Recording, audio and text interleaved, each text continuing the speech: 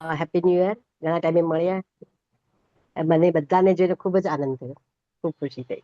હવે આપણે પહેલા આપણા આગળ વધીએ, લાઈફમાં જેમ જેમ આગળ વધીએ છીએ એ તરફ. તો આપણે જ જોયું હશે કે આપણે અન્ય દર્શન એટલે કે જૈન સિવાયનું અન્ય દર્શન, બૌદ્ધ દર્શન છે, સનાતન હિન્દુ દર્શન છે, મુસ્લિમ દર્શન છે, જે બધા અલગ અલગ દર્શનો છે, એના કરતા જૈન દર્શન સૌથી અલગ પડે છે. જેમ આપણે કહીએ કે હિન્દુ લોકોની પવિત્ર બુક આપણે રામાયણ ગણીએ, ચલો રામાયણ છે, ભાગવત ગીતા છે, મહાભારત છે, તો આ બધી સંસ્કૃતિની જે મોટી મોટી કે મહાકાવ્યો છે, તો એ જે લખનારા હતા, જેમ કે રામાયણ છે તો એ વાલ્મીકીએ લખી. આપણે બધાને ખબર છે કે પહેલા લૂંટારા હતા, પછી વાલ્મીકી બન્યા, અને એમને રામ ને ઓલાથી અંદરથી એવો ઉદ્ભવ થયો, અને પછી એમણે રામાયણ ગણપતિ પાસે લખાવાયું. પછી ઘણા વર્ષો પછી તુલસીદાસજીએ રામાયણની રચના કરી ફરી વખત. અને એ અત્યારના જે લોકપ્રિય જે રામાયણ ચાલે છે ને, એ લગભગ તુલસીદાસ અને એના પછીના જે બધા સંતોએ લખીને એ પ્રમાણે છે. એવી રીતે ગીતા છે તો એ કૃષ્ણ વાસુદેવે પોતે મહાભારત વખતે કીધી. તો એક કૃષ્ણ વાસુદેવ પણ એઝ એ છદમસ્ત હતા, કોઈ કેવળ જ્ઞાની નહોતા. એટલે આપણે અન્ય દર્શનનું જોઈએ ને, તો જે પણ પુસ્તકો છે એની મેઇન એ જે લખાવનાર કે લખનાર એ બધા જ છદમસ્ત હતા. છદમસ્ત એટલે શું કે જ્ઞાની ખરા, આપણે એમને જ્ઞાન માટે કોઈ શંકા નથી, પણ સંપૂર્ણ જ્ઞાની જેને કહેવાય ને, કે જેને ટોટલી પહેલેથી છેલ્લે સુધીનું જ્ઞાન હોય ને, એ કેટેગરીમાં નહોતા આવતા. ઇવન 14 પૂર્વધારી આપણામાં પણ કીધા છે, એ લોકો પણ કેવળ જ્ઞાની કરતા ઓછું જ્ઞાન છે એમ ભગવાને કીધું છે. જે સંપૂર્ણ જ્ઞાન છે ને એ ફક્ત ને ફક્ત કેવળ અને કેવળ દર્શન, કે એના પછી કઈ છે જ નહીં. એ જ્યારે આપણા આમો લખાયા ને, એ ક્યારે લખાયા, એ કહેનાર છે, લખનાર નથી. અને એ એમણે ક્યારે કીધું કે જ્યારે એમને પોતાને એ જ્ઞાન થયું. એટલે આ શું છે ખબર છે, તમે ચાલો માનો કે હું અમેરિકા આવી નથી, અરે લંડન આવી નથી, પણ મેં લંડન બહુ બધું વાંચેલું છે, મને બધું ખબર છે. પણ હું એકવાર લંડન આવી જાઉં અને એ જે એક્સપિરિયન્સ હોય, અને કેટલું પણ વાંચેલું હોય એ એક્સપિરિયન્સ હોય, એમાં થોડો તો ફરક પડી જ જશે. આજે જે તમે પોતે અનુભવો ને, એ જ હવે ત્યારે બીજાને કયો ને, તો એ વસ્તુ આખી અલગ થઈ જાય. ભલે તમારું નોલેજ હોય ને, નોલેજની હિસાબે તમે બીજાને બધું કહેતા હોય, એ વાત પણ અલગ જ થઈ જાય. તો આપણા જે આગમો છે, એ આગમો ભગવાન જ્યાં સુધી સંયમ લે પછી મૌન જ રહેતા હતા, જ્યાં સુધી કેવળ જ્ઞાન પ્રાપ્ત ન થાય ત્યાં સુધી. ઋષભદેવ ભગવાન લો કે પછી ત્યાંથી લઈને 24 તીર્થંકર, 24 તીર્થંકર ભગવાન જ્યારે સંયમ અંગીકાર કરે એટલે મનપર્ય જ્ઞાન ઉત્પન્ન થાય એ લોકોને. અને મનપર્ય જ્ઞાન ઉત્પન્ન થાય ને એટલે આજુબાજુના વાતાવરણમાં જે પણ મનના પૂતગલો ફરતા હોય, તમે જે વિચારો કે મૂંગું પ્રાણી કોઈ જે વિચારે, એ વિચાર એ જાણી શકે. તો એ મનપર્ય જ્ઞાનને હિસાબે એમને પોતાને જે પ્રમાણે અનુકૂળતા હોય, કોઈ પણ જાતનું રિએક્શન વગર એ પોતે પોતાની તપ સાધનામાં સ્થિર થઈ જતા હતા. અને જ્યાં સુધી કેવળ જ્ઞાન ન થાય, સંપૂર્ણ જ્ઞાન ન થાય ને, ત્યાં સુધી કોઈને કંઈ જ કહેતા નહીં, ઉપદેશ ન આપે, દેશના ન આપે, કંઈ જ ન આપે. ભલે સંયમ લીધો હોય છે તો પણ ક્યારે પણ કોઈ પણ તીર્થંકર કેવળ જ્ઞાન ન થાય ત્યાં સુધી કોઈ દેશના આપે નહીં. અને જ્યારે કેવળ જ્ઞાન થાય, દેવ લોકો સમોસરણની રચના કરે, અને એમાં જ્યારે તીર્થની સ્થાપના થાય, એ પછી જ આગમોની રચના થાય. એટલે આગમ કહેવાય, રાઇટિંગમાં તો ત્યારેય નથી થતા, કહેવાય. તો એ જે આગમો છે ને, એ સંપૂર્ણ આગમ છે. અને એટલા માટે આપણે ત્યાં સ્થાનકવાસી પરંપરા પ્રમાણે 32 છે, અને દેરાસી પ્રમાણે 45 કંઈક છે, અને દિગંબરમાં મારા ખ્યાલથી 108 છે, એવું કંઈ સાંભળ્યું છે. એટલે એક્ઝેક્ટ એનો ફિગર મને નથી ખબર, પણ એ જ્ઞાન એટલું બધું છે, તમે વિચાર કરો કે એક પણ આગમમાં ક્યાંય કઈ રિપીટેશન નથી આવતા. એટલે એ જ્ઞાન સંપૂર્ણ જ્ઞાન છે. જ્યારે અન્ય દર્શનમાં છે ને, દેવલોક સ્વર્ગની કલ્પના છે, એટલે કલ્પના નહીં પણ સ્વર્ગની વાત કહેલી છે. એટલે એ લોકો જ્ઞાની તો છે જ. એ લોકો પણ કહે છે કે સારું કર્મ કરો તો તમે સ્વર્ગમાં જશો, ખરાબ કર્મ કરશો તો તમે નર્કમાં જશો. બધામાં આ એક તો છે જ, કે જે જેવા કર્મ કરે છે એવા એને ભોગવવા પડે છે. આ જે મેઇન જે વસ્તુ છે એ બધા જ દર્શનમાં છે. જ્યારે આપણા દર્શનમાં, જૈન દર્શનમાં શું છે, એક સ્ટેપ આગળ છીએ, કે આપણે પોતે કર્મથી મુક્ત થઈ શકીએ છીએ અને અજર અમર એવો આત્મા છે, જે કૃષ્ણ ભગવાને ગીતામાં કહ્યું છે. જેને ગીતાનો ખ્યાલ હશે, જેને એમાં એ લોકોને ખ્યાલ હશે કે કૃષ્ણ ભગવાને ગીતામાં કહ્યું છે કે આત્મા મળતો નથી, અજર છે, એને કોઈ બાળી શકતું નથી, એને કોઈ મારી શકતું નથી, એને કાપી શકતું નથી. જે ચીજ છે એ ગીતાનો ઉપદેશ છે. પણ આપણા જૈન દર્શનમાં તો એ સાબિત પણ કરી દીધું, ભગવાને પોતે સિદ્ધ થયા અને આપણને માર્ગ બતાવતા ગયા. તો આપણું જે જૈન દર્શન છે ને એક લેવલ આગળ છે.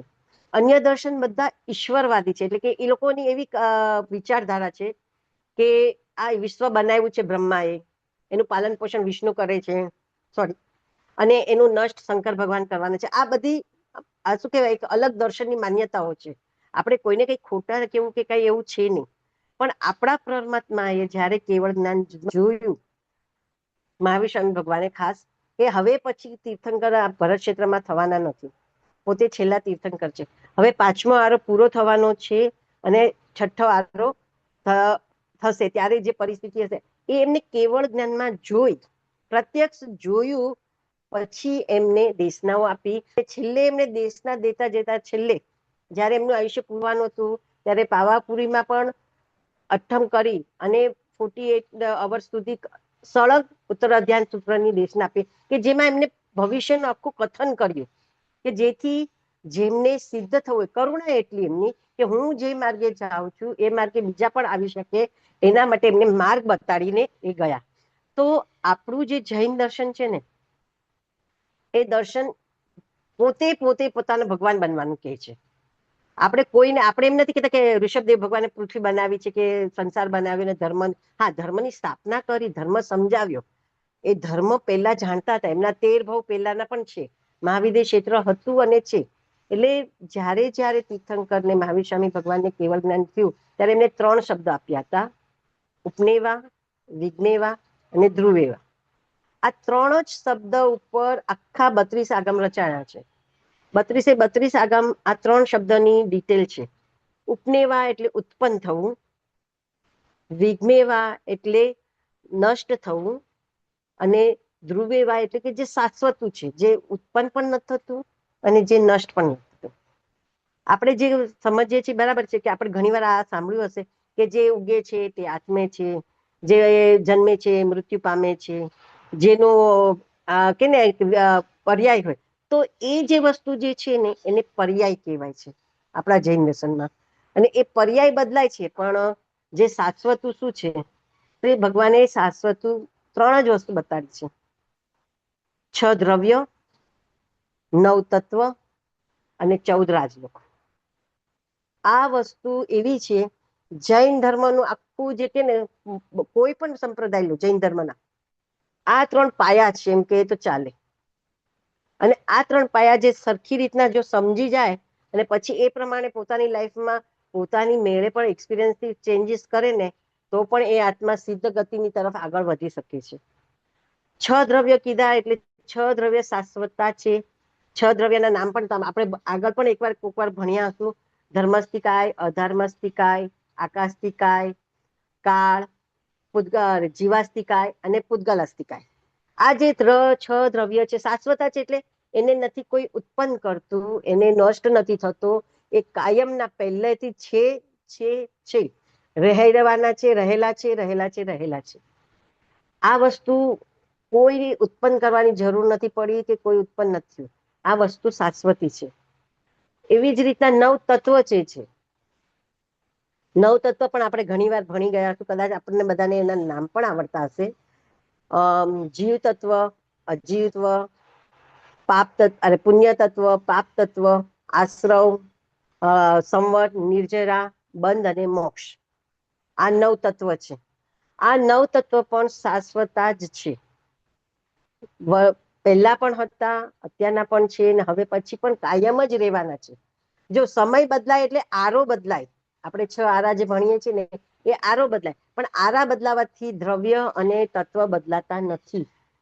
હા, એના પર્યાયો બદલાઈ જાય, પણ જે તત્વ જે છે એ એઝ ઇટ ઇઝ રહે છે અને રહેવાનું. તત્વ ક્યારેય વધતા નથી, ઓછા થતા નથી, એમાં કોઈ પણ જાતનો ફેરફાર થતો નથી. આ બેઝિક છે. તમને જે જૈન દર્શનનું કહું છું ને અત્યારના, આ બેઝિક છે. કોઈ પણ ઓલામાં તમે જશો ને તો આ વસ્તુ આવી જ ક્લિયર રહેવાની છે. અને ત્રીજું જે કીધું છે ધ્રુવેવા, એટલે આ બે વસ્તુ થઈ. અને આ એટલે શાશ્વતું થયું, જીવ તત્વ પણ શાશ્વતું છે. અને 14 રાજલોક જે આપણે જોઈએ છીએ કે મનુષ્યની આકૃતિ પ્રમાણે આપણા જૈન ધર્મનો સિમ્બોલ છે. તમને બધાને ખ્યાલ હશે કે આ માણસ ઉભો હોય અને કમર પર હાથ રાખ્યો હોય અને બે પગ પોળા કરીને ઉભો રહે, તો એની જે આકૃતિ બને ને એવો 14 રાજલોક છે. એ 14 રાજલોક પણ શાશ્વતો છે. એમાં જે પણ વસ્તુ છે એ શાશ્વતી જ છે. એમાં આ 6 દ્રવ્ય અને 9 તત્વ, બીજું કઈ નથી. બાકી કર્મની વળગણા ને એ બધું જ છે ને તત્વમાં આવી જાય. હું તમને એ ધીરે ધીરે એવી રીતે સમજાવીશ ને કે તમે પોતાને પણ રિયલાઇઝ થશે કે આ વસ્તુ આમાં જ છે. એટલે આ જે 14 રાજલોક છે, જેમાં આપણે કેમ કોઈ ડિઝાઇન રંગોળી કરવી હોય, બરાબર માનો, અને સફેદ કપડું પાથરવું હોય અને પછી એમાં કંકુથી ખાલી આપણે લાઈન દોરીએ તો એ લાઈન કેવી દેખાઈ આવે. એવી જ રીતના આ જે 9 તત્વ અને 6 દ્રવ્ય છે ને એ આ 14 રાજલોકમાં દેખાઈ આવે છે. બાકી બધે કઈ જ નથી, સફેદ કપડા જેવું જ છે. એટલે ઈ જે આકાર પડે છે ને એ આકાર કઈ દોરેલો આકાર નથી. એ આકાર એવી રીતના છે કે એમાં જીવ તત્વ 6 દ્રવ્ય અરે 9 તત્વ અને 6 દ્રવ્યો રહેલા છે. એટલે એમાં ડિફરન્સ દેખાય છે. એટલે ઓલું અલગ પડી જાય છે, આકાશ થાય, અને આ લોક અલોક અલગ પડે છે. જસ્ટ લાઈક ઇમેજિન કે સફેદ કપડું છે અને એના ઉપર તમે ટ્રાયંગલ દોર્યું અને એમાં કલર પૂર્યો, તો એક સફેદ કપડામાં એ ટ્રાયંગલ કેવું દેખાશે? અલગ દેખાઈ આવશે ને, કલર કર્યો છે લાલ એટલે. એવી જ રીતના અલોક તો ખૂબ વિશાળ છે, એનું કોઈ માપ જ નથી. અને એ અલોકની અંદર એક નાનો એવો 14 રાજલોક છે. કારણ કે એની અંદર જીવ તત્વ, દ્રવ્ય, 6 દ્રવ્ય અને 9 તત્વ આવેલા છે. અને એના કલરફુલ ને હિસાબે એ અલગ પડી જાય છે. અલોક થી લોક અલગ પડી જાય છે. અને એ લોક અલગ પડે છે, કેટલો માપ છે? તો ભગવાન એમના જ્ઞાનમાં જોયું કે 14 રાજલોક પ્રમાણે છે. એટલે એનું માપ આપેલું છે 14 રાજલોક. રાજલોક એટલે યોજન નું નામ માપ હોય છે. એટલા માટે 14 યોજન થી વધારે હોય છે ને, એને એટલા માટે એને 14 રાજલોક કહેવામાં આવે છે. એમાં જ નર્ક છે, એમાં જ મધ્યલોક છે, ને એમાં જ ઉધ્વલોક એટલે કે દેવલોક છે. અને સૌથી ઉપર જે છે અલોકને ટચ થાય છે, બાઉન્ડ્રી જેને આપણે કહીએ ને, એ છે સિદ્ધ ક્ષેત્ર. અને ત્યાં આત્મા સ્થિર રહે છે. બાકી 14 રાજલોક ની અંદર ક્યાંય પણ આત્મા એટલે કે જીવ તત્વ, આત્મા અને જીવ તત્વ એક જ. કોઈ પણ જીવ તત્વ, શરીર કદાચ અલગ હોય, વનસ્પતિ જેવું હોય, માટી જેવું હોય, માખી હોય, મચ્છર હોય, એનિમલ્સ હોય, બર્ડ્સ હોય, મનુષ્ય હોય, વ્હાઈટ હોય, બ્લેક હોય, ગમે તે હોય, પણ એ જીવ તત્વ જે આત્મા છે એ બધામાં સરખો જ છે. તેમ સમજ પડે છે બધાને? ખાલી હું બોલી જાઉં છું એવું નથી ને? હા, સંભળાય છે ને, સાંભળીએ છે. ના એટલે સમજ એટલે કોન્સન્ટ્રેટ કરવું છે. હા હા. હા, એટલે આ જો ભાભી સાંભળો ઘણી એક વાર વાત. કહેતા હોય છે ને કે પછી પાછું મનન કરીને પાછું સાંભળીએ ને તો જરાક વધારે ગળે ઉતરે, પછી મગજમાં ઉતરે. ના એટલે હું એ જ કહું છું કે જૈન ધર્મનો જે મૂળ સિદ્ધાંત છે ને, આપણે જૈન જૈન જૈન કરીએ છીએ. હવે બધા ઘણા બધા કે કાંદા બટેટા ન ખાવ એટલે જૈન છીએ, ગરમ પાણી પીએ એટલે જૈન. પણ એ જૈન એમ નથી. જૈન એટલે શું છે કે આપણા આત્માને સિદ્ધ કર, આપણા પ્રભુ સિદ્ધ થયા છે, આપણે એમના માર્ગ પર ચાલવું, એટલે આપણે અનુસરીએ છીએ. એટલે એ જીન હતા અને એને અનુસરીએ છીએ એટલે આપણે જૈન છીએ. પડે છે સમજ? આ એક રૂપલબેન, આ જે મેઇન છે વસ્તુ. ને હવે રૂપલબેન, આ વાળું જે હા આ હા જે છે, બરાબર, રાઈટ રાઈટ. આ સામે હા રાખશે ને રાઈટ, તો કદાચ થોડુંક વધારે ખ્યાલ આવશે બધાને. બરાબર. બધા મારી પાસે પાસે મારે હશે જ બુક લેવા દો. હા ના, આ તમારી હશે, ને હા બધા રાઈટ. બીજા પાસે છે. હા હા, આ 14 રાજલોક છે, હમ રાઈટ. આ તમને કેમ અલોકમાં અલગ દેખાય છે, હું એ સમજાવવા માંગુ છું કે અલોકમાં આટલો શેપ કેમ અલગ દેખાય છે? તો કે આટલા શેપની અંદર જ છે ને 6 દ્રવ્ય અને 9 તત્વો રહે છે.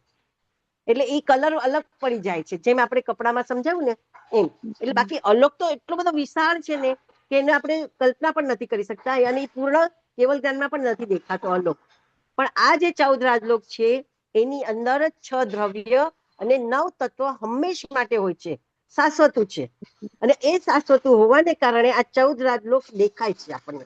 એટલે કેવળ જ્ઞાનીને દેખાય છે એના દર્શનમાં, આપણને નહીં. જે કેવળ જ્ઞાની, આપણને એમ થાય કે કેવળ જ્ઞાન એટલે શું? કેવળ, જો આ ક્વેશ્ચન છે ને અમારા એમ જરા વાત અલગ કરું, લુકેલનમાં જઈએ ને તો છોકરાઓનું બહુ ક્યુરિયોસિટી હોય. એ લોકો આપણને કહીએ ને કે કેવળ જ્ઞાન થયું, કેવળ જ્ઞાન થાય એટલે મોક્ષ થાય. તો કે કેવળ જ્ઞાન એટલે શું? આજે છોકરાઓનો પહેલો પ્રશ્ન, કેવળ જ્ઞાન એટલે શું? તો કેવળ જ્ઞાન એટલે શું કે તમે બધું, એટલે ઓલ ઓવર, ખાલી વર્લ્ડ નહીં. આપણે સાયન્સ લોકો પણ માને છે કે આપણી એક ગેલેક્સી નથી, આવી અનંત ગેલેક્સીઓ છે આખા સલામાં. તો એ જે છે ને, એ જે જોઈ શકે ને અને સમજી શકે, જાણી શકે, એનું ઝીણામાં ઝીણી વસ્તુને પણ જોઈ શકે ને સમજી શકે, એને કેવળ જ્ઞાન, કેવળ દર્શન કહેવાય. હવે વિચાર કરો કે આપણું જ્ઞાન તો સમુદ્રમાં જેમ એક ટીપું પણ નહીં, ટીપાનાથી પણ ઓછું હોય ને એટલું આપણી પાસે હજી જ્ઞાન છે. કારણ કે હવે નથી કોઈ 14 પૂર્વધારી કે નથી 10 પૂર્વધારી કે નથી 12 પૂર્વધારી, એવું કોઈ છે નહીં. અત્યારના ભરત ક્ષેત્રની વાત કરું છું, મહાવિદ્ય ક્ષેત્રમાં નહીં. મહાવિદ્ય ક્ષેત્રમાં તો છે, પણ તો એટલે આપણી પાસે કઈ જ્ઞાન કે કઈ નોલેજ, આપણે જે આચાર્યો આપણને આપતા ગયા થોડું થોડું અહીં આપણે ગ્રહણ કરતા ગયા છે. આજે કેટલા 2500 વર્ષ થઈ ગયા મહાવીર સ્વામીને ગયા, બરાબર ને? તો એ જ્ઞાન આપણી પાસે કેવી રીતના આવી ગયું, એમાં કેટલો ચેન્જીસ થઈ ગયો છે અને કેટલું બધું ફરી જાય છે, એ આપણને બધાને અનુભવ છે. અને બરાબર ને? બધાને પ્લીઝ જરાક બધાને કઈ ક્વેશ્ચન્સ હોય તો અનમ્યુટ કરીને પ્લીઝ પૂછજો, કેમ કે હા, પૂછજો. તો મને હું મ્યુટ ગમશે નહીં વધારે. કરું આજે, પ્લીઝ. આજે હા કોઈને મ્યુટ નહીં કરું, એટલે તમે બધાને હા, ચાલશે. કરો તો વાંધો નથી. હા હા, તો એ જે છે ને, એ જ્ઞાનને જ કેવળ જ્ઞાન કહેવાય. અને એ કેવળ જ્ઞાન ભગવાને કીધું બધાને થઈ શકે. મનુષ્ય ભવ હોય, ગર્ભજ મનુષ્ય હોય, પચેન્દ્રિય હોય, અને તો એ જીવને એ જ્ઞાન થઈ શકે છે, ભગવાને કીધું. એટલે આપણે આપણા ભગવાનવાનો રસ્તો ભગવાને આપણને બતાવ્યો છે. આપણે ભગવાનની પૂજા કરીએ, એને અનુસરીએ, એ વાત બરાબર છે, પણ આપણે એમની પાસેથી શું ઈચ્છીએ છીએ કે અમે પણ તમારા જેવા થઈએ, તો આપણને મોક્ષ મળશે ને. તો એ વસ્તુ જ અહીંયા ક્લિયર કરવા માટે હું કહું છું કે આ જે વસ્તુઓ છે બેઝિક જૈન ધર્મની, એ તમે જો સમજશો ને તો તમને આખું બીજો કઈ પણ છોકરા બનવાશે ને તો થોડું ઈઝી પડી જશે અને સમજણ પડશે. તો આપણે કહીએ 14 રાજલોકની અંદર શાશ્વતું જોયું, ધર્મસ્થિકાય અને 9 તત્વ. આ શાશ્વતું છે, 14 રાજલોક શાશ્વતો છે. જે 14 રાજલોકની ઉપરની જે સ્પેસ છે તે સિદ્ધ ક્ષેત્ર છે. એટલે ત્યાં એવું ક્ષેત્ર છે, એટલે કે એરિયા એવો છે કે ત્યાં ગયા પહોંચ્યા પછી આત્માને કોઈ કર્મ બંધ થતા નથી. એ એરિયા એવો છે. આપણે જેમ કહીએ ને કે આપણે જો સ્પેસમાં હવે જવું હોય તો ત્યાં જઈએ તો આપણી ગ્રેવિટી ઓછી થઈ જાય, તો આપણે ત્યાં વોક નથી કરી શકતા. આ એક સાયન્સની રીતના કહું છું. તેવી જ રીતના સિદ્ધ ક્ષેત્ર પર આપણો આત્મા પહોંચી જાય તો ત્યાં એને કોઈ કર્મના બંધ નથી થતા. એટલા માટે કોઈ પર્યાય નથી લાગતી, અને પર્યાય ન લાગવાના હિસાબે જીવ જન્મ મરણમાંથી છૂટી જાય છે. આને કહેવાય મોક્ષ. મોક્ષ એટલે શું? તો કે જન્મ મરણમાંથી છૂટેલો આત્મા, સ્વતંત્ર આત્મા, પોતાનામાં સ્થિર થયેલો આત્મા, એને મોક્ષ કહેવાય. મોક્ષની જો કોઈ સિમ્પલ વ્યાખ્યા આપણે કરવી હોય ને, એટલે આપણી રીતના, તો આ રીતના કરી શકાય કે કર્મ બંધથી સંપૂર્ણ મુક્ત. જો અરિહંત ભગવાનને પણ કર્મ છે, એ સિદ્ધ ક્ષેત્રમાં નથી પહોંચ્યા, મહાવિદ્ય ક્ષેત્રમાં છે. એમને પણ શરીર છે, એમને પણ આહાર છે, હજી એમનું સિદ્ધ થવાનું બાકી છે.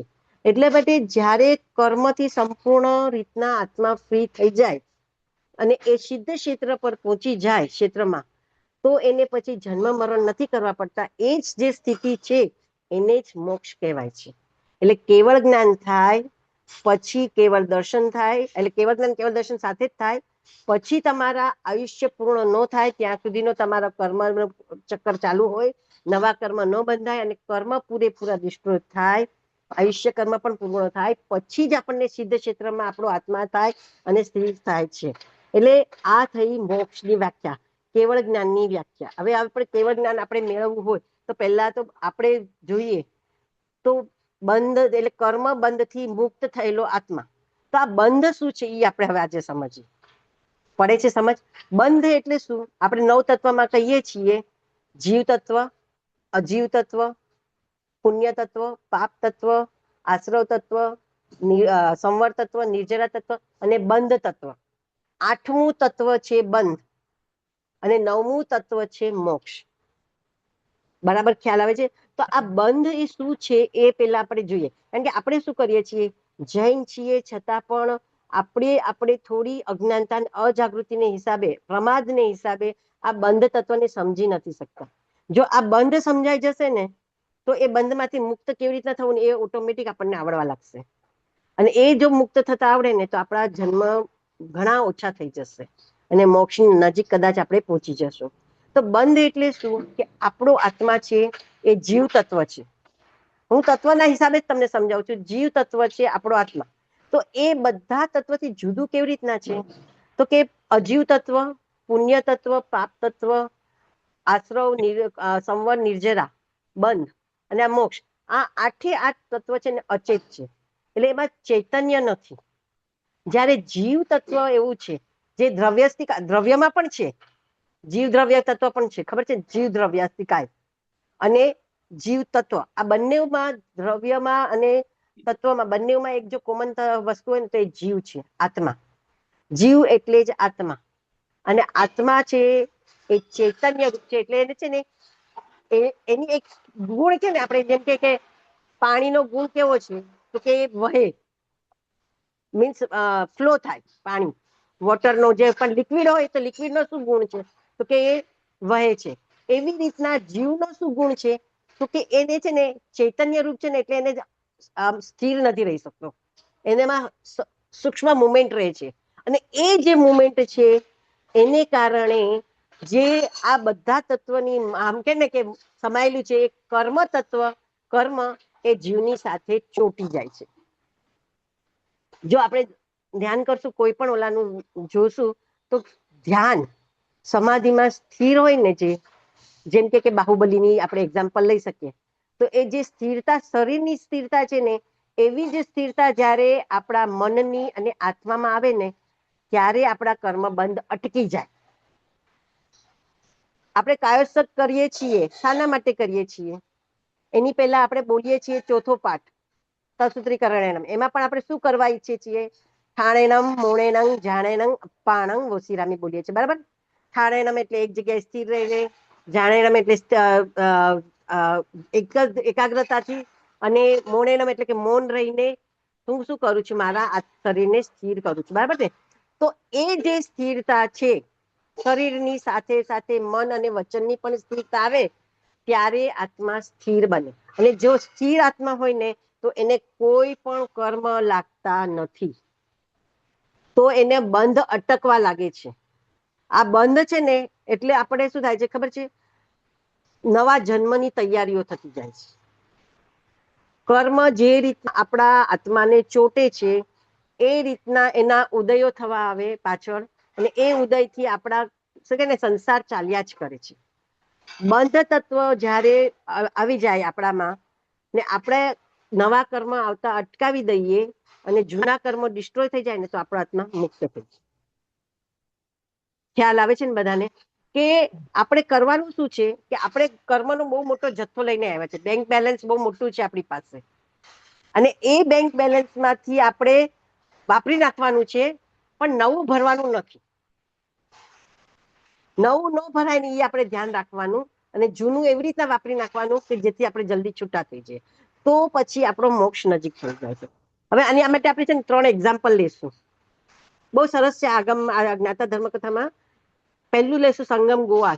બધાને સ્ટોરી ખબર હશે બંધ તત્વ સમજવા માટે, કે સંગમ નામનો ગોવાળ નામનો છોકરો હતો. બધાને સ્ટોરી ખ્યાલ છે ને? જરાક હાથ રેસ કરશો તો મને ખ્યાલ આવી જશે. કે ભાઈ એની મમ્મી ગરીબ હતી, આપણે ટૂંકમાં લઈ લઈએ. એની મમ્મી ગરીબ હતી, બીજા ઘરોમાં કામ કરતી હતી, બંને મા દીકરા રહેતા હતા. સંગમને એના ફ્રેન્ડ લોકો ઘણીવાર ખીર ખાય સાંભળતા હતા, અને એકવાર એને ખીર ખાવાનું મન થયું, એની માને કીધું કે મને તમે ખીર બનાવી આપો, જીદ કરે છે. એને જો ખીર ચાખી નથી કોઈ દિવસ, એને ભાવ થયા ખીર ખાવાના. એની માતાને પણ એમ થાય છે લાવ ને હું મારા છોકરા માટે કરી દઉં. જેને ત્યાં કામ કરતા હતા એને ત્યાંથી થોડું દૂધ, સાકર ને ભાત લઈ આવે છે, સંગમ માટે ખીર બનાવી, અને કે છે ભાઈ હું થાળીમાં ઠારીને જાઉં છું, ગરમ છે, થોડી વાર થાય પછી તું ખાઈ લેજે ખીર. છોકરો કેટલો ખુશ હતો. આજે એ બાળક છે, 8-9 વર્ષનું બાળક છે, એને ખીર ખાવા મળી છે પહેલી વાર. એને કોઈ દિવસ કોઈ સારું ભોજન કર્યું નથી, ભાવ એવા સરસ છે, પણ એને એક વિચાર આવે છે કે પોતે એકવાર જોયું હોય છે ક્યાંય. જો આમાં છે ને એક વાત તમને પહેલે ક્લિયર કરું કે સ્ટોરીઓમાં છે ને બધે અલગ અલગ રીતના અલગ અલગ સ્ટોરીઓ કહેવાય છે. એક જગ્યાએ એવું હતું કે ભાઈ એને એના ફ્રેન્ડને ત્યાં ગોચરી ઓરાવતા સાધુને જોયા હતા અને એને ભાવ થયો હતો કે આ લોકો ઓરાવીને કેટલું ખુશ થયા હતા, તો મારા ઘરે પણ એવા સાધુ આવે ને હું એને કંઈક આપું, એવા ભાવ માટે એ પોતે જયારે ખીર ઠરતી હોય છે ને ત્યારે સાધુ સંતના કોઈને ગોતવા જાય છે. ઘણામાં એવું આવે છે કે એ ખીર ખાવા જતો હોય છે ને ત્યાં ધર્મલાભ કરીને એમના ઘરે સાધુ પધારે છે અને એને એમ થાય છે કે આટલા મુનિ મારે ત્યાં પધારે તો મારી પાસે છે તો હું થોડું એને આપવું, એટલે એ થાળીમાં લાઈન કરે છે અને સાધુને કહે છે કે આ અડધી તમારી ને અડધી મારી, એમ કરીને એના પાત્રામાં વોરાવા જાય છે અને એને બધી જ ખીર જતી રહે છે, કારણ કે ખીર તો કઈ એવી લાઈન દોરેલી રહે નહીં. એટલે સ્ટોરીમાં કદાચ ડિફરન્સ હોઈ શકે છે પણ એનો જે ભાવાર્થ છે એ આપણે પકડશું તો એ જે સંગમ ગુવાળ છે એ ખીર ઠરતી હોય છે, ત્યાં સાધુ મુનિ પધારે છે, એમના પારણા હોય છે અને એ ખીર એને વોરાવે છે. અડધી એને લાઈન કરે છે કે અડધી તમારી ને અડધી મારી, પણ એ જયારે થાળી ઊંચી કરીને એમના પાત્રમાં રેડે છે તો બધી ખીર જતી રહે છે. પણ એને એમ નથી થતું કે હા મારી બધી ખીર જતી રહી, મેં તો કોઈ દિવસ ખીર ખાધી નથી, આજે મારી માએ માન મારા માટે ખીર બનાવી છે તો આ બધી ખીરમાંથી હું લઈ લઉં પાછી, એવો કોઈ ભાવ નથી થતો. ઉલટા એને અંદરથી એટલી ખુશી થાય છે કે મેં કોકને કંઈક આપ્યું. આ સાધુ મુનિ તો ઉપવાસ વાળા હતા, એમને મેં આજે આટલી સરસ ખીર વોરાવી, એટલો ખુશ હોય છે. અને એવું થાય છે કે એ જ દિવસે રાતના એના આયુષ્યનું પૂર્ણ થતું હોય છે અને કોઈ કારણસર એનું મૃત્યુ થઈ જાય છે. ભાવ અંદરથી શુદ્ધ લઈને એનું મૃત્યુ થાય છે. બીજી આપણે સ્ટોરી સમજીએ કે એક બ્રાહ્મણ હોય છે. બ્રાહ્મણો ના જે રાજ્યમાં રહેતો હોય છે ત્યાં રાજકુમારનો ઘણા વર્ષ પછી જન્મ થયો અને રાજાએ મોતીચૂરના લડ્ડુ સ્પેશિયલ બનાવીને બધાને ગામમાં વેચ્યા હતા. બધાના ઘરે બબે લાડવા આવ્યા હતા. હવે એ જ સમયે આ બ્રાહ્મણને ત્યાં પણ એક સંત પધારે છે અને ધર્મ લાભ કે છે. ઓલા બ્રાહ્મણને થાય છે હું તો ઘણી વાર ખાઉં છું આ લાડવા, મારે તો અવારનવાર ખાવાના છે, આ સાધુને ક્યારે આવા લાડવા મળશે. એટલે એને ભાવથી, ઉત્કૃષ્ટ ભાવથી એને વોરાવ્યા. બંને લાડવા, ઓલા મહારાજ ના પાડતા હતા છતાં એને ભાવથી, ઉત્કૃષ્ટ ભાવથી બંને લાડવા મહારાજને લુચડીમાં વોરાવી દીધા. થોડી વાર થઈ એનો પાડોશી આવ્યો તો કે તે ખાધા કે નહીં લાડવા? કે હા મેં નથી ખાધા પણ મારે ત્યાં આવી રીતે મહારાજ આવ્યો તો મેં આપી દીધા. તો કે તે બંને આપી દીધા? કે હા મેં તો બંને આપી દીધા. તો કે અરે તું મૂર્ખ છે, કે તું ચાક તો ખરા, આવા સારા લાડવા તો તે કોઈ ચાખ્યા નહીં હોય, તું રાજાએ બનાવીને મોકલાવ્યા છે, સાવ છે જ તે. તું હવે જો બાજુવાળાની ચડામણી, ભાવ ઉત્કૃષ્ટ હતા એમના, તેને થાય છે ઓલા કે થાળીમાં થોડું બુંદી પડી રહી ગયું એ ચાખી તો એને લાગે અરે વાહ તો બહુ સરસ છે, તો કે મેં તો ખોટા મુનિને બે આપી દીધા, હજી મુનિ કઈ બહુ દૂર ગયા નહીં, હું એક લઈ લઉં પાછો ને એક એમને આપી દે.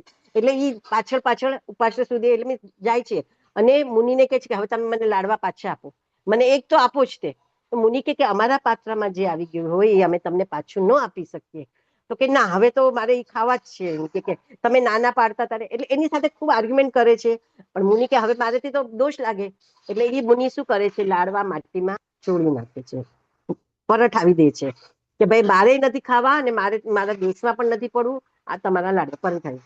ઓલાને ગુસ્સો આવે છે, મુનિ તો ઉપાસને જતા રહે છે. હવે અહીંયા જે એનું બંધ થયું, જો લાડવા આપ્યા હતા ત્યારે ભાવ એકદમ ઉત્કૃષ્ટ હતો, દાન દીધું ત્યારે એકદમ ઉચ્ચ કોટીનો ભાવથી એમણે કર્યું હતું દાન, એટલું પુણ્ય ઉપાર્જન કર્યું હતું કે બહુ જન્માંતરનું કે ગરીબાઈ તો સવાલ જ નથી આવતું, દૂર જતું રહે. હવે ત્રીજી આપણે સ્ટોરી જોશું. 3 ભાઈઓ હતા બ્રાહ્મણ, 3 પત્નીઓ અને બધા એકબીજાના ઘરે જમવા જાય. નાગેશ્રીની સ્ટોરી છે કે એને વારાફરતી દેરાણી જેઠાણીને ત્યાં જમવાનું હતું અને એ પોતે તુમડી એટલે કે દૂધીનું શાક જેવું બનાવે છે પણ એ કડવું હોય છે, ચાખવાનું રહી ગયું હોય છે અને એટલે એ છુપાડી દે છે કે હવે મારા ઘરમાં કોઈ જોશે દેરાણીઓ તો કહેશે કે આને આટલું પણ નથી ખબર કે ચાખીને શાક કરવું જોઈએ, એને બધા શું સમજશે. એટલે એ પોતે શાક છુપાડી દે છે, બીજું નવું શાક બનાવી લે છે, જમણવાર પતી જાય છે અને મહારાજ સાહેબ એક પધારે છે, ધર્મ રુચિ અંગાર, એમને ત્યાં પધારે છે. માછખમણના પારણું હોય છે એમનું. નાના એને જ થાય છે કે બીજે ક્યાંય નાખવા જઈશ તો પકડાઈ જઈશ કે કોઈને ખબર પડી જશે, એના કરતા આના પાત્રમાં હું નાખી દઉં. એટલે એ શું કરે છે, બધું શાક વોરાવી દે છે. બધાને ખબર હશે નાગેશ્રીની સ્ટોરી, જે આગળ જતા દ્રૌપદીની છે. હા, તો એને વોરાવી દે છે. અહીંયા ત્રણેય કથાની અંદર સાધુઓને દાન આપ્યું છે, સુપાત્ર દાન. સૌથી શ્રેષ્ઠ દાન જેને કહેવાય ને તે સુપાત્ર દાન, કારણ કે આપણે જે દાન એમને આપીએ છીએ એ દાનથી એ પોતાનું શરીર ટકાવી રાખે છે, જેના દ્વારા એ સાધના કરી પોતાના આત્માને મોક્ષ તરફ આગળ લઈ જાય છે. એટલે એમના મોક્ષ તરફ જવાની દિશામાં આપણે આપેલો આહાર એમને મદદરૂપ થાય છે. એટલા માટે એને સુપાત્ર શ્રેષ્ઠ દાન કહેવામાં આવે છે. પડે છે સમય? હવે ત્રણેય જણાએ એ દાન આપ્યું. સુપાત્ર દાન, સાધુઓને દાન આપ્યું. સંગમ ગોવાળ નું મૃત્યુ થાય છે અને એ સાલીભદ્ર તરીકે ભદ્ર શેઠાણીને ત્યાં એનો જન્મ થાય છે. અને 999 પેટીઓ રોજ એમના દેવલોકમાંથી એમના દેવ એટલે એમના ફાધર એમને મોકલાવતા હોય છે. કેટલી સાહેબી એમને મળે છે. વિચારો કે એ સાલીભદ્ર જેની 7 માળની હવેલી છે, જેની 32 રાણીઓ છે, એટલે સ્ત્રીઓ છે, અને કોઈ દિવસ એને નીચે પગ નથી મૂક્યો, એવા સાલીભદ્ર તરીકે સંગમ ગોવાળનો જન્મ થાય છે. કેટલું એનું પુણ્ય ઉપાર્જન ખાલી એક હીર મોરાવી નથી, સામાયિક પ્રતિક્રમણ જાણતા નથી, કોઈ ક્રિયાઓ નથી જાણતા, નથી જૈન, છતાં પણ આટલી લેવલ સુધીનું એમનું પુણ્ય ઉપાર્જન થયું. આ થયું બંધનું કારણ.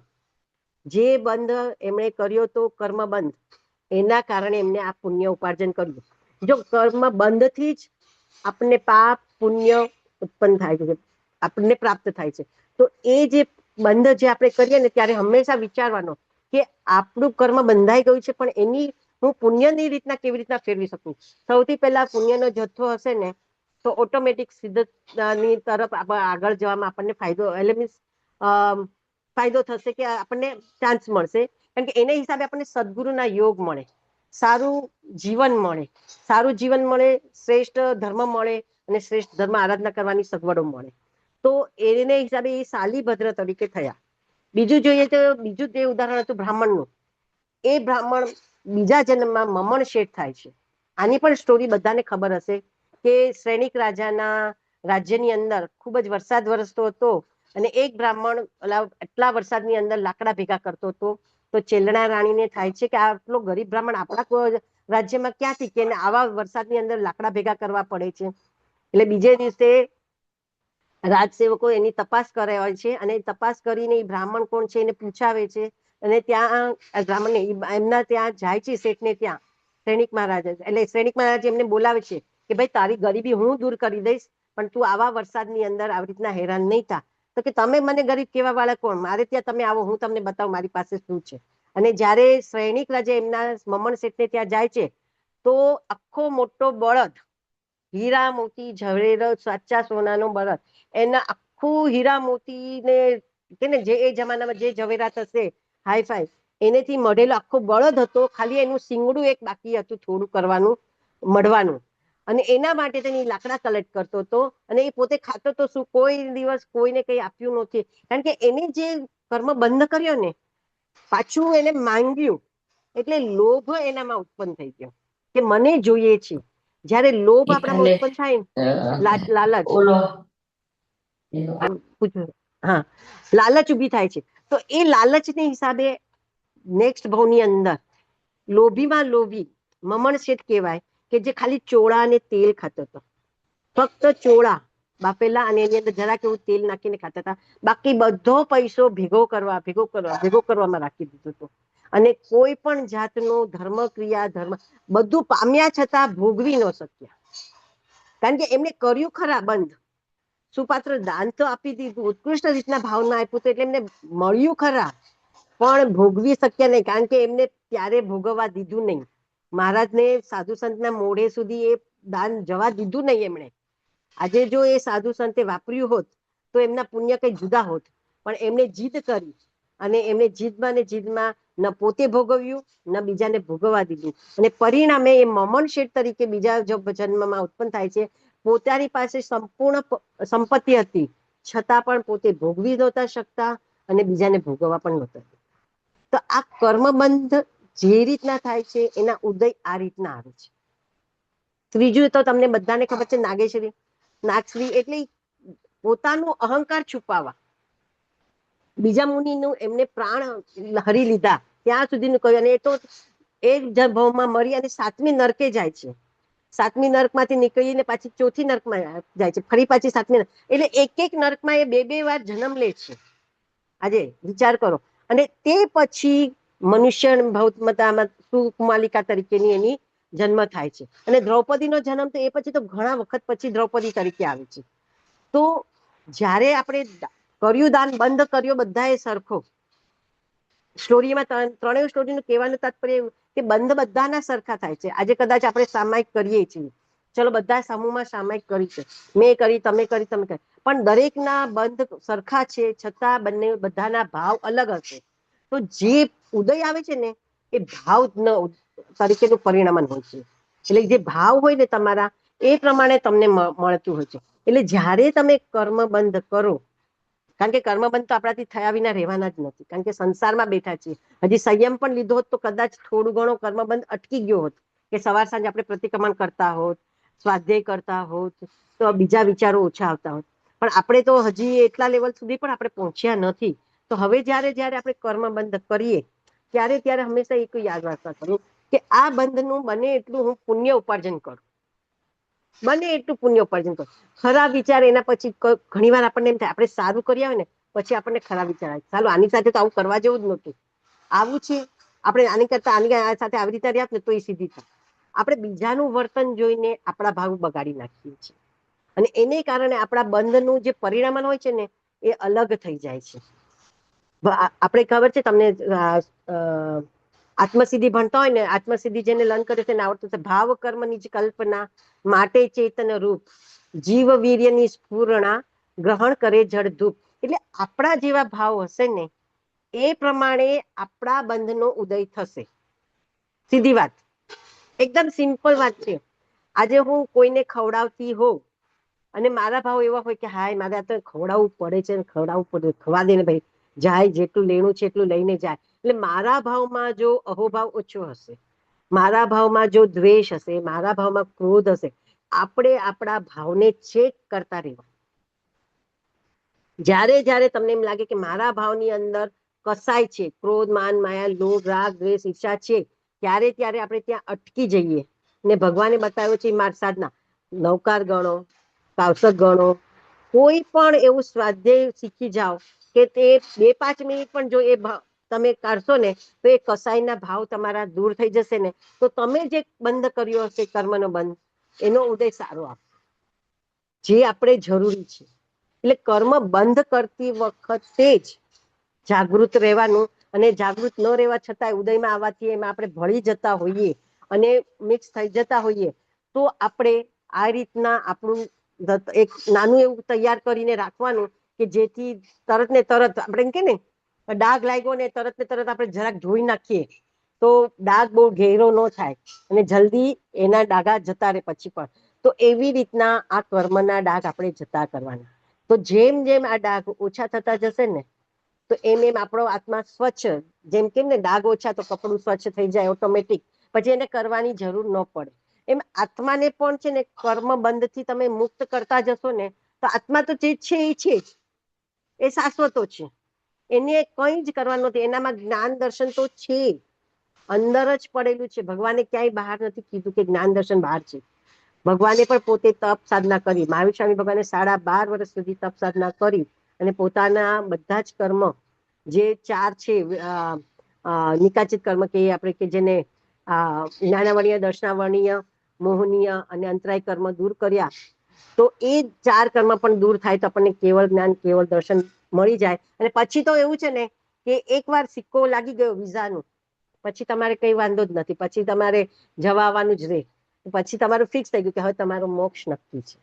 તો આ જે સ્ટેમ્પ મારવાનો છે ને એ સ્ટેમ્પ આપણે મનુષ્ય ભાવમાં સારી રીતના જૈન ધર્મ મળ્યો છે એટલે એકદમ પર્ટિક્યુલર રીતના કરી શકીએ છીએ. કારણ કે આપણે જાણીએ છીએ ભગવાને કીધું છે અહિંસા, બને એટલું સચેત વસ્તુનો ઓછો ઉપયોગ, બને એટલું આપણા નિમિત્તે સચેત વસ્તુનો હિંસા ઓછી થાય એ ધ્યાન રાખવાનું. બીજું એ કીધું છે કે બને એટલું રાગ દ્વેષ ઓછા કરવાનું. દ્વેષ તો તોય દેખાઈ આવે છે એટલે ખબર પડી જાય કે આપણે આની સાથે આપણને નથી ફાવતું, રાગ જ આપણને વધારે મારે છે. આપણે કે ને રાગ મોહનીય કર્મનો છે અને એ મોહનીય કર્મ જ મોહનીય બીજા કર્મોને, અનંત કર્મોને જન્મ આપતી જાય છે. બધા કર્મની જે માતા કોઈ છે ને તે મોહનીય કર્મ છે. આપણને મોહ ઉત્પન્ન થાય, આપણા બાળક છે, એના બાળક છે, પરિવાર માટે છે, આપણા મેઇન તો આપણા શરીર માટે છે. સૌથી પહેલું ત્યાંથી શરૂઆત કરવાનું. આપણને આપણા શરીર માટે કેટલો રાગ છે, જો જેટલો રાગ આપણે આપણા શરીરમાં રાખશું ને એટલું યાદ રાખજો, કોઈક ને કોઈક શરીર આપણને મળશે, કારણ કે આપણે શરીરનો રાગ રાખ્યો છે, શરીરને પ્રેમ કર્યું છે. ભલે આ શરીર નહીં મળે, કોઈ બીજું શરીર મળશે, પણ શરીર તો મળશે મળશે ને મળશે. અને શરીર મળશે એટલે મોક્ષ નથી, બરાબર. એટલે સૌથી પહેલો રાગ આપણો જે ઓછો કરવો હોય ને તો એ આપણો શરીરનો કરવાનો. થોડું થોડું દુખતું હોય, થોડું થોડું ચાલે એવું હોય, નૌકાર ગણીને ચલાવો, સહન કરીને, કોઈને કીધા વિના. ગરમી સહન કરી લઈએ, તડકો સહન કરી લઈએ, ભૂખ સહન કરી લઈએ, તરસ સહન કરી લઈએ. એ બધું શરીરને થાય છે, આત્માને નથી થતું. જો આત્માને કંઈ જ નથી થતું, નથી ભૂખ લાગતી, નથી તરસ લાગતી, નથી એને ગરમી લાગતી, નથી એને ઠંડી લાગતી. એ બધું લાગે છે એ આપણા શરીરને લાગે છે, અને આપણે શરીરને આપણું માન્યું છે એટલે આપણને લાગે છે. જે તમે જોશો ને આટલા વખતથી હું તો જે વાંચું છું ને, તો દરેક વ્યક્તિ ભલે સંસારમાં પણ હશે તો એને સાધના કરી હશે ને તો શરીરને કષ્ટ સહન કર્યું જ હશે, શરીરથી. એ જ સૌથી મોટી સાધના છે કે ભાઈ આપણે એને છે ને કાયોત્સર્ગ કહી શકીએ છીએ. શરીર પ્રતિ આપણે કે ને આતાપ ના લે, એક પગે ઉભા રહે. બે અન્ય ધર્મમાં પણ આ જ છે, એવું નથી. જૈન ધર્મમાં છે. વાલ્મીકી મુનિએ શું કર્યું હતું? વાલિયાએ સ્થિર થઈ સાધના કરી, રામ રામ નામનું કોઈ પણ નામનું જાપ જ કર્યા હતા એને, બરાબર કે નહીં? કોઈ પણ ઓલામાં તમે જુઓ, રાવણની આટલી સિદ્ધિ શેના માટે હતી? તો રાવણે સાધના કરી હતી, તપ કર્યું હતું, સ્થિરતા કરી હતી. જ્યાં શરીરની સ્થિરતા છે ને ત્યાં આત્મા સ્થિર થવા લાગે છે, લાગે છે ને લાગે છે. એટલે પહેલો રાગ આપણે, સૌથી મોટો રાગ આપણને આપણા શરીરનો હોય છે, અને એ શરીરનો રાગ જેમ જેમ ઉંમર વધે એમ બને ત્યાં સુધી ઓછો કરતા જવાનું. અને શરીર છે એટલે બધું થવાનું જ છે. એક વસ્તુ સમજી જજો, શરીર છે એટલે દર્દ તો છે જ. અને કારણ કે આપણે આ શરીર માટે બીજાને દર્દ આપીએ જ છીએ. આપણે જે પણ વસ્તુ ખાઈએ છીએ, કપડાં પહેરીએ છીએ, જે પણ રહીએ છીએ, કરીએ છીએ, એ કોઈક ને કોઈક જીવની હિંસા ઉપર જ છે. તમે માર્ક કરજો કે આખા દિવસમાં તમે વિચાર કરશો, સવારના ઉઠીને લઈને ખાલી એક જ કલાકનું આપણે જોશું ને, આપણો જે કાર્યક્રમ હોય, ઉઠીએ, બ્રશ કરીએ, નાહીએ, બ્રેકફાસ્ટ કરીએ, એ બધું કરીએ ને એમાં કેટલી જીવ હિંસા થઈ ગઈ હશે. હવે જ્યાં જીવ હિંસા છે ત્યાં વેદનીય કર્મ છે. સિમ્પલ વાત. ભગવાને કીધું જ્યાં જીવ હિંસા થાય, સૂક્ષ્મ જીવ હિંસા થાય, એકેન્દ્રિય કાયની હિંસા થાય, ત્યાં વેદનીય કર્મ તો છે. એટલે જે શરીર માટે આપણે આ જીવ હિંસા કરી છે એ શરીરમાં વેદના તો આવવાની જ છે. એટલે કોઈ એવું મનુષ્ય કે કોઈ એવું પ્રાણી નહીં હોય કે જેને વેદના નહીં હોય. અને એ વેદનાથી મુક્ત થવું હોય તો મોક્ષ જોઈએ, અને એ મોક્ષ જોઈએ તો એના માટે થઈને આપણે આ વેદનીય કર્મને સંભાવપૂર્વક સહન કરવાના છે. જો આપણે આ રીતના ચાલીએ ને સમજીને, તો ઘરમાં બેઠા બેઠા પણ વગર સામાયિકે પણ આપણી કેટલી બધી હિંસાઓ અટકી જશે. ભાઈ અમસ્તું આપણે પંખો ન ચાલુ રાખીએ, એસી ન ચાલુ રાખીએ, થોડી વાર માટે છીએ, આપણે એકલા છીએ, જરૂર નથી, એસી બંધ કરી દઈએ, થોડું સહન થશે જ આપણાથી, એવું નથી થતું. અને આ બધું સહન અત્યારના નહીં કરીએ ને, જયારે આપણે નર્કમાં વિચાર કરીએ તો મૃગાપુત્રની આવે છે સ્ટોરી કે મૃગાપુત્રને જાતિ સ્મરણ જ્ઞાન થયું, અને એને જે નર્કના પોતાના દુઃખો ભોગવેલા હતા એ એની માતાને કીધું કે હું તો આટલા બધા દુઃખો સહન કરીને આવ્યો છું, તો આ સંયમનું દુઃખ તો મારી સામે કંઈ જ નથી. તો નર્કનું જે તમે વાંચો ને તો એમ થાય કે આપણે તો કંઈ જ સહન નથી કરતા. એ હિસાબે આપણે વિચારો કે આપણે કાલ સવારે નર્કમાં જન્મ લેવો પડશે તો કેટલી ગરમી સહન કરવી પડશે. એના કરતા અહીંયા હું સહન કરી લઉં તો એટલું મારે ત્યાં ઓછું, એમ વિચારીને પણ જો આપણે કર્મ બંધથી અટકીએ અને ઉદયમાં આવતા કર્મને ભોગવી લઈએ તો આપણો મોક્ષ નજીક છે ને છે જ. ભગવાને બીજું કંઈ જ નથી કીધું. મહાવીર સ્વામી ભગવાનને જૈન ધર્મ માટે આ જ વસ્તુ સમજાવી છે કે આ દ્રવ્યો છે, એ દ્રવ્યો એનું કામ કરે છે, અતેજ છે, ખાલી જીવ દ્રવ્ય છે કે જે આ ચક્કરમાં ફર્યા કરે છે. બાકી બધા તો અચેત છે, એ લોકો જેમ છે એમ જ રહેવાના છે, એમાં કોઈ ફરક નથી પડતો. ખ્યાલ આવે છે ને બધાને? તો આપણે હવે આપણા જે જીવ તત્વ છે, આપણને જે મનુષ્ય તત્વ જે મળ્યું છે, એને જો સાર્થક કરવું હોય તો એટલું યાદ રાખજો કે મારે બંધને અટકાવવા છે, ઉદયમાં આવે એને ભોગવી લેવા છે. આ જો હશે ને તો ધીરે ધીરે ધીરે આપણો આત્મા પ્યોર થશે, સ્થિર થશે, અને એક દિવસ સિદ્ધ ગતિએ વહેલામાં વહેલો સિદ્ધ ગતિ પામશે. આ જ વસ્તુ જૈન ધર્મનો પાયો છે.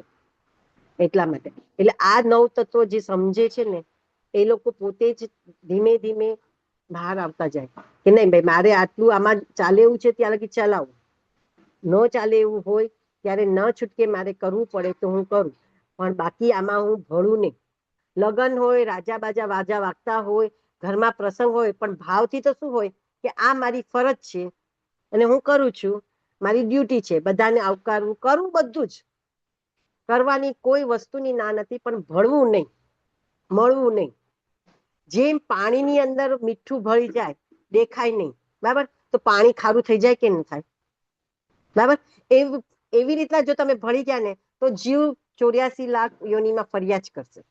પણ જેમ પાણીની અંદર તેલનું ટીપું પડી જાય તો એ શું કરે, ઉપર તર્યા કરશે, બરાબર, એ તર્યા કરશે, એ ભળશે નહીં.